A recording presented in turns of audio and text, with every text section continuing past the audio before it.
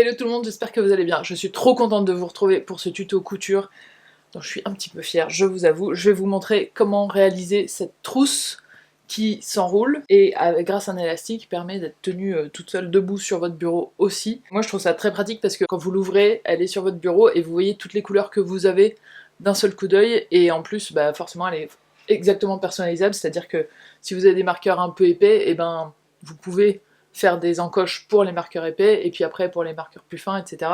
Évidemment, c'est aussi personnalisable pour si vous voulez mettre des aiguilles à tricoter, si vous voulez mettre autre chose que des stylos, évidemment, ça marche aussi. Vous avez compris, j'aime beaucoup ce projet.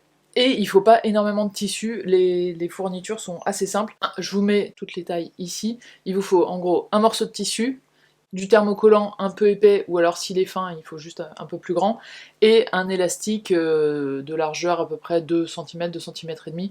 Vous pouvez faire avec plus fin, moi j'aime bien le côté un petit peu large de l'élastique. Et c'est parti pour le tuto. On va commencer par découper le tissu. Donc vous prenez votre tissu de départ et vous allez découper dedans un rectangle de 45 x 65 cm. Ensuite, on prend le thermocollant, et moi j'ai pris une taille pour qu'il fasse la moitié du tissu, donc c'est 22 x 63. Normalement, il doit arriver à 1 cm du bord et recouvrir la moitié du tissu. J'en ai pris un assez épais, c'est pour ça que je le mets que sur la moitié, mais si vous voulez en prendre un fin, vous pouvez le mettre sur tout le tissu. Assurez-vous que la colle soit bien du côté de l'envers du tissu, et vous pouvez aller à votre fer à repasser et le coller sans vapeur. Vous mettez bien la chaleur mais sans vapeur. Ensuite, vous pliez votre tissu en deux et on va faire les premières marques. Moi, pour éviter qu'il bouge, je vais l'épingler, comme ça je suis sûre qu'il n'y a pas de problème. Vous allez tracer une ligne à 1 cm du bord où c'est deux bords séparés, c'est-à-dire que c'est pas le pli. Ce sera le haut de votre trousse. Vous voyez, je place mon feutre pour voir la limite ici, parce que je veux le voir quand il est plié. Et à l'endroit où c'est un pli, je vais faire un rabat. Là, je suis en train de le mesurer, donc ça doit faire entre 3 et 6 cm à peu près. Et je vais tracer une ligne à cette mesure x2, donc entre 6 et 8 cm. Ça, ce sera le bas de ma trousse, sur lequel je vais former un pli. Donc là, je l'épingle aussi, c'est un peu pour avoir le visuel de ce que ça donnera à la fin, et puis pour pouvoir placer mon élastique juste après. Donc vous prenez votre élastique, je l'ai pris noir pour éviter les salissures. Je place mes feutres pour voir un peu à quelle hauteur ça fera pas mal de prendre l'élastique, parce qu'il y en a des plus hauts, vous voyez, mais sur un feutre un peu plus petit, bah ça arrive un petit peu trop, donc je baisse un peu l'élastique. Et là je vais mesurer la différence entre le pli et l'élastique, donc ça peut être entre 2 et 4 cm, et je trace une nouvelle ligne à cet endroit-là pour me faire un repère pour après.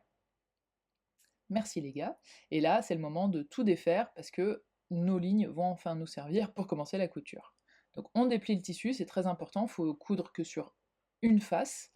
Et ce qu'on va commencer par faire, c'est accrocher notre élastique sur le tissu. Donc vous faites un petit point ici au point droit, à quelques millimètres du bord. Vous pouvez utiliser du fil noir si vous voulez que ce soit discret, ou une couleur contrastante.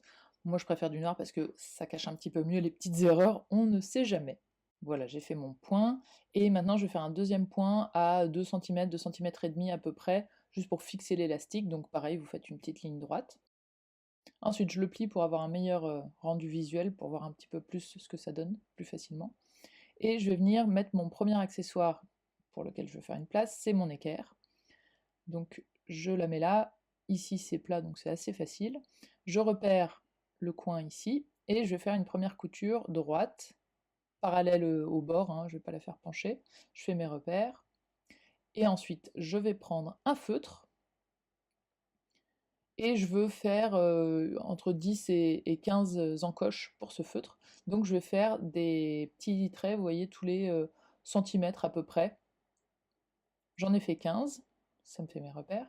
Et maintenant, très important de garder ce marqueur en main, on va avoir la première couture de l'équerre à cet endroit-là. Et ensuite, je vais me servir du feutre que je vais mettre en dessous de l'élastique. Je vais serrer, ça va me donner l'endroit où sera la couture d'après, et il faut faire ce petit pli avec l'élastique pour pouvoir coudre ici. Et ça vous fait ce petit volume, vous voyez, qui est pile à la bonne largeur pour mon feutre. Et donc je vais faire ça, si j'ai par exemple 10 feutres, je vais le faire 10 fois de suite. Si j'en ai 15, je le fais 15 fois de suite. Moi j'ai pas 15 feutres, mais comme je pense que je vais en racheter un petit peu, je les fais 15 fois. Donc vous faites bien placer ça, vous penchez sur le côté, le volume, et ensuite vous faites votre couture droite. Voilà. Et ensuite, j'ai ces stylos-là qui sont un petit peu plus fins, donc je refais la même chose. Là, vous voyez, si je le mets dans le trou qui est un peu grand, ils ne tiennent pas du tout. Donc je refais la même chose, ça va être la même manip, sauf qu'il y aura moins de volume pour l'élastique. Et voilà ce que ça donne. Ensuite, bah, là, je vais en faire quelques-uns, juste par sécurité, si jamais j'ai 2-3 stylos en plus que je veux mettre. Et moi, j'ai assez de place là, donc je vais découper en fait cette partie du tissu. Je vais refaire une couture à 2 cm, 2 cm et demi de ma dernière encoche, et ensuite je vais couper tout le côté. Et quand vous coupez le tissu, si ça vous arrive aussi, surtout ne coupez pas l'élastique, il faut bien le garder l'élastique. Donc je me mets du bon côté, je prends mon cutter et je coupe à ras. Et là, ça va être le moment de fermer notre trousse, donc on le met endroit contre endroit, on plie dans l'autre sens, mais il faut faire attention à l'élastique, qu'il faut bien rentrer à l'intérieur et plier en deux. Ce bord-là, il faut l'aligner avec le bord de l'élastique qui est déjà cousu. Vous épinglez, c'est plus sûr, et vous repliez en deux. Je vous conseille d'épingler pour être sûr que ça ne bouge pas trop. Et ensuite, vous faites votre couture au point droit, vous commencez ici à 1 cm du bord, vous faites hop, vous arrêtez là, un petit point d'arrêt si jamais vous voulez sécuriser, hop jusqu'au coin, et hop, mais attention, il faut laisser une ouverture parce que sinon vous ne pourrez jamais retourner votre trousse et c'est un petit peu dommage. Donc là, vous laissez à peu près 10 cm, ce qui vous permettra à la fin de retourner votre trousse. Donc marquez bien l'endroit où il ne faut surtout pas coudre et vous faites tout le reste. Avant de le retourner, on vient couper les coins. Faites attention de ne pas couper le fil, évidemment, donc vous faites bien les 4 coins. Et c'est le moment de retourner. Essayez de bien sortir les coins. Vous pouvez passer au fer à repasser si vous voulez que ce soit plus clean. Moi, je vais le faire juste après. Mais d'abord, je veux créer le pli du bas. Et on va faire des petites lignes, mais pas à chaque encoche, parce que ça ferait trop, je pense. On va faire des regroupements de 5 par 5. Donc là, je prends mon feutre pour être sûr que ce soit la bonne taille. Il dépassait un petit peu, donc j'ai baissé le niveau de mon pli du bas. Vous voyez, il est genre 5 mm en dessous de ce que j'avais fait. Et là, je viens faire une couture droite, et j'en fais une autre alignée avec la 5e encoche. Et toutes les 5 encoches, en fait, je viens faire une couture.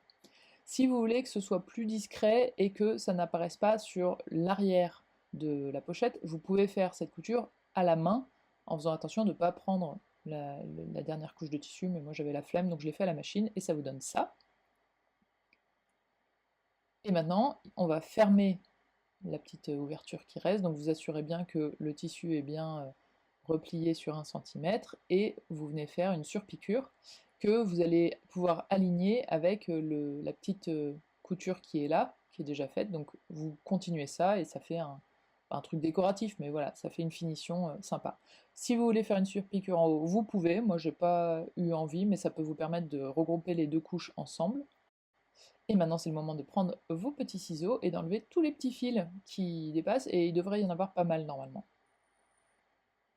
Ici je viens faire une surpiqûre aussi, juste parce que ça fait plus harmonieux par rapport à l'autre, et voilà, c'est rempli. Est-ce que c'est pas trop beau? Là, je me suis rendu compte que mon équerre, je sais pas pourquoi l'image saute comme ça, mais bon, bref, mon équerre, en fait, c'est pas du tout pratique pour l'enfiler, et surtout, une fois qu'elle est là, je peux plus rouler ma trousse. Donc en fait, ce sera pas pour les équerres, ce sera pour une règle ou voilà, d'autres stylos ou d'autres accessoires. J'enroule tout ça, j'enfile l'élastique, ça me fait ma trousse pour mettre dans mon cartable.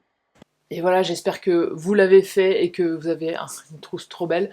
Si vous en réalisez une, n'hésitez pas à la poster sur Instagram et à me taguer en mettant @marionblush au début du commentaire, au début de la légende, comme ça je peux la voir et la repartager.